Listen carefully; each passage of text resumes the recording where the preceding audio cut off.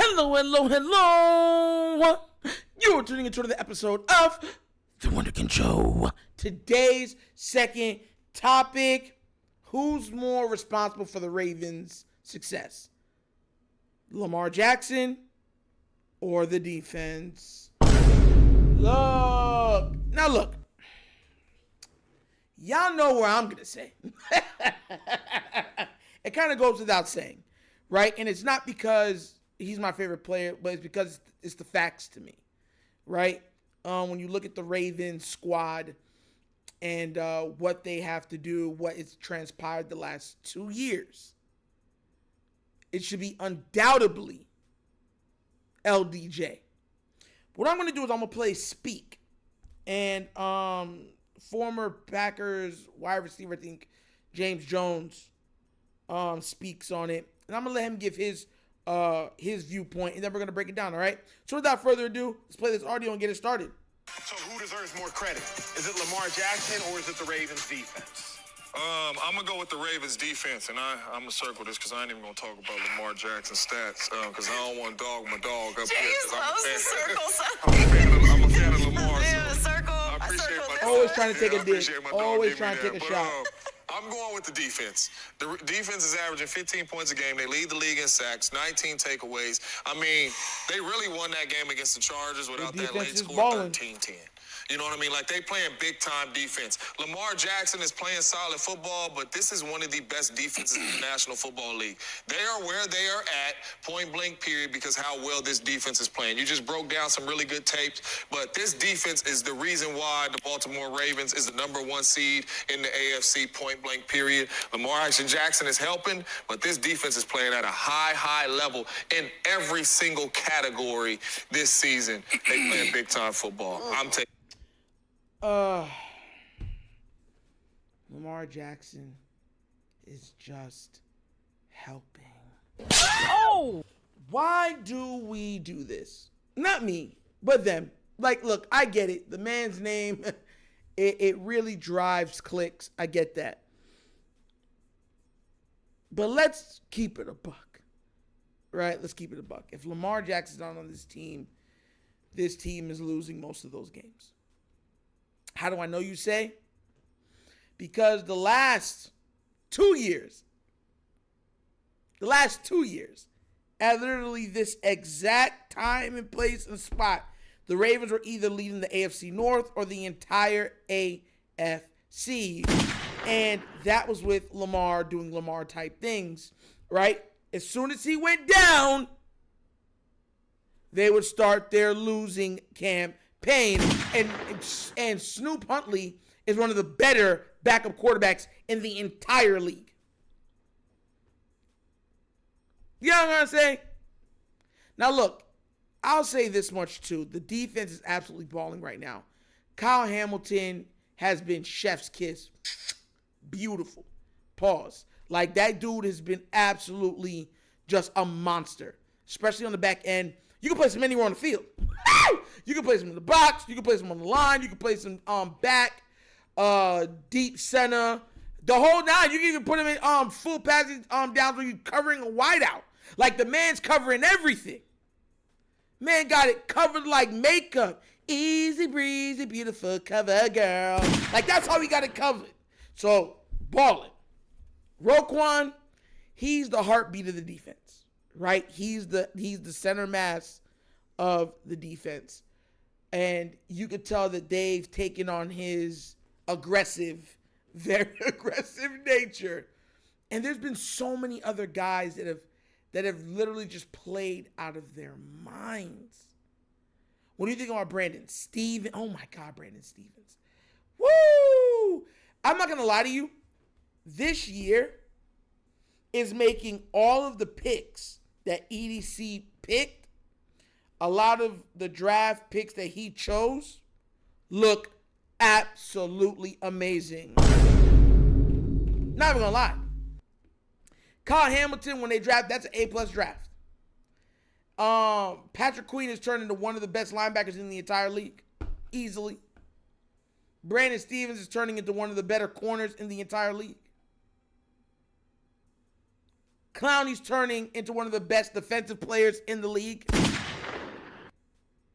Van Noy's looking like one of the better better pass rushers in the league.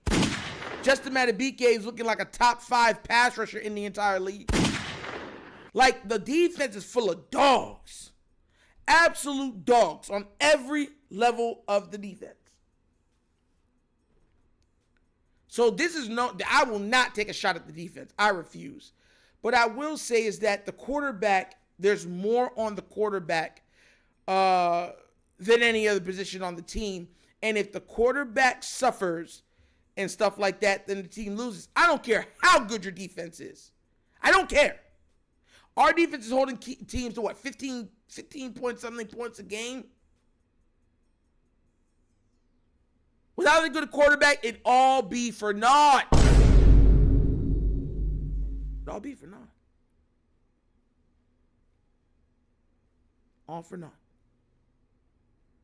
We're not even talking about a quarterback that's a game manager. The whole offense is predicated on what Lamar Jackson can do. Meaning, he has to manipulate the defense with the threat that he could always run, right? While still operating the offense at a high level from here, cerebrally, right? But also just picking them apart and getting it done with the arm. So that's why I would put him easily. Lamar Jackson, the most important player on this team. It just is what it is. The absolute gravity in which he plays forces defense to do certain things, forces teams to do a certain way. You start wanting to take the ball out of his hand when he starts to get hot. We've already seen stuff like this. We've seen games where the defense is balled out, and if the offense sputters, they don't win. This is not the old school NFL. I keep telling people that. Now, if the offense is playing half decent and the defense playing how they're playing, they're going to win a lot of games. But the offense hasn't even scratched the surface. And they're still averaging like 30 points a game. Bro, like, what are we doing? And for everybody saying, I heard Angel try to take a shot. Well, I don't want to bring up his stats because he's playing a team game. You don't think Lamar could keep most of those rushes and get all those rushing touchdowns? You don't think he could do that? We've seen him get 10-plus touchdowns or close to 10-plus touchdowns rushing. We've seen him break away 80-yard runs and stuff like that. You think he couldn't get more stats? He's not worried about that as much as I wish that he would be a little more. He's really not worried about that. He's worried about one thing and one thing only. Being healthy enough to be with his team, to compete, and to win a Super Bowl. That is it. For everybody else that believes there's something else, you're wrong. You are wrong. He's locked in. And part of me, listen, I always say this. I'm greedy. I want him to get the MVP also. But with Dak playing how he's playing, Purdy playing how he's playing and stuff like that, and Jalen Hurts playing how he's playing, they have the raw statistics, right, to garner the award. But here's the thing. Lamar's trying to be healthy enough, sound enough, and have enough left in the tank to carry his team to the promised land. So I have no hatred. Because at the end of the day, all of us are going to pick a Super Bowl over an MVP. I just felt like we could win both of them, right? I've always said that. I felt like we could win both. I don't know why this has to be one or the other. But with this team, let's keep it a buck. Gus Edwards has stolen a lot of yardage and stuff from Lamar. Let's just be real. And there's so many other things that could happen if they allowed this offense to just go. Have y'all seen when they just allow the offense to go? This offense looks amazing. When it's like, okay, guys, we're not going to try to hold anybody back or take, whoever's open, pass to them and go. The offense comes alive. It's when they're like, yeah, we're going to pass it right here. Then we're going to stop right there. Then we're going to go to this guy because he had no touches. Then we're going to stop and go to this guy because he had no touches. And then we sputter everywhere. And they be like, oh, we don't know why. Look, I get it. The defense is balling out of control right now. And listen, they've garnered nothing but my respect, my admiration for the absolute DNA of Raven football that they are playing. But the biggest reason why we are where we are is Lamar Jackson. And if he ever had truly bad games, all of that defensive effort would be for naught. Oh, for naught. So you would lose a lot of games, because guess what's going to happen to the defense? Eventually, they're going to get tired. They're going to get winded. And even no matter if they don't break at first, they'll keep bending till they break. So, what do you guys think? Do you choose the defense while we're winning thus far, or do you choose the quarterback, Lamar Jackson? Let me know down in the comment section, please, because it's a good topic. I think it's, you know what I'm saying, it's going to garner a lot of different opinions. But as always, that's an episode of The Wunderkind Show. Thank you for watching. Y'all know how we get down. We have fun and we laugh, but everything we talk about rooted in what? Facts and truth. Before we go any further, you know how I get this done.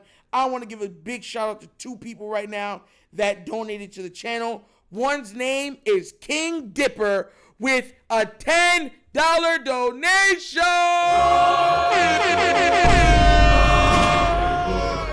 Yes!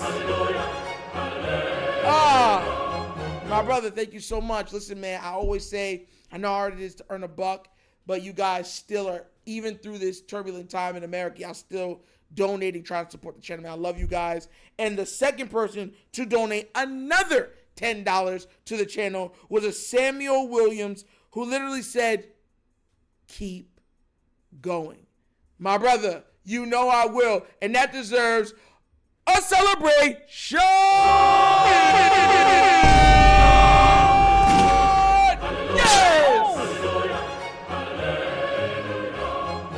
And I'm going to keep on going, man. You know, we're building something over here, and it's coming from the ground up, and you guys are supporting it, and I love you guys for it. So I just want to thank both of those gentlemen for donating to the channel. But like I said before, the Patreon is open now. There's 3 tiers of content. Check it out. Give it a look. Give it a try.